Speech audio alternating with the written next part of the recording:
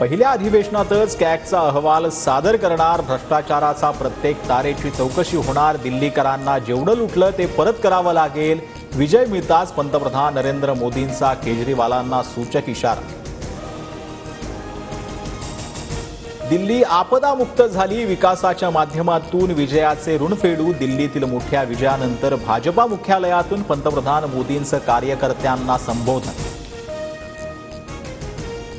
27 वर्षांनंतर देशाच्या राजधानीत भाजपचं कमळ फुललं. माजी मुख्यमंत्री अरविंद केजरीवालांचा 4089 मतांनी पराभव. भाजपचे परवेश वर्मा ठरले जायंट किलर. दिल्लीत 12 वर्षांपासूनचा केजरीवालांचा भेद्यगड भाजपनं भेदला. भाजपचे परवेश वर्मा दिल्लीत मुख्यमंत्री पदाचे दावेदार असण्याची शक्यता. दिल्लीतील पराभव स्वीकारत अरविंद केजरीवालांकडून भाजपला शुभेच्छा. मजबूत विरोधी पक्षाच्या भूमिकेत काम करणार. अरविंद केजरीवालांची प्रतिक्रिया. आपच्या विजयी उमेदवारांचंही केलं अभिनंदन. दिल्ली विधानसभा निवडणुकीत काँग्रेसचा पूर्ण सुपडा साफ. सलग तिसऱ्या निवडणुकीत दिल्ली काँग्रेसला एकही जागा नाही.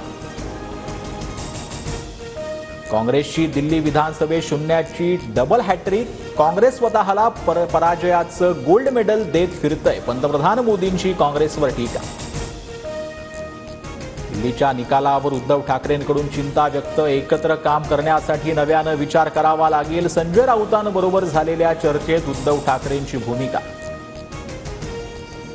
इंडिया आघाडी सर्व खुर्चीसाठी एकत्र. स्वार्थी भावनेनं एकत्र आलेले कधीही जिंकू शकत नाहीत. दिल्लीतील आप आणि काँग्रेसच्या पराभवावरून उपमुख्यमंत्री शिंदेंचा निशाणा.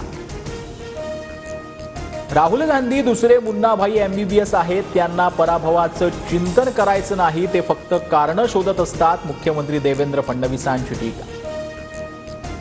आरक्षणासह विविध मागण्यांसाठी मनोज जरांगे आक्रमक. 15 तारखेपासून राज्यात साखळी उपोषणाचा जरांगेंकडून इशारा.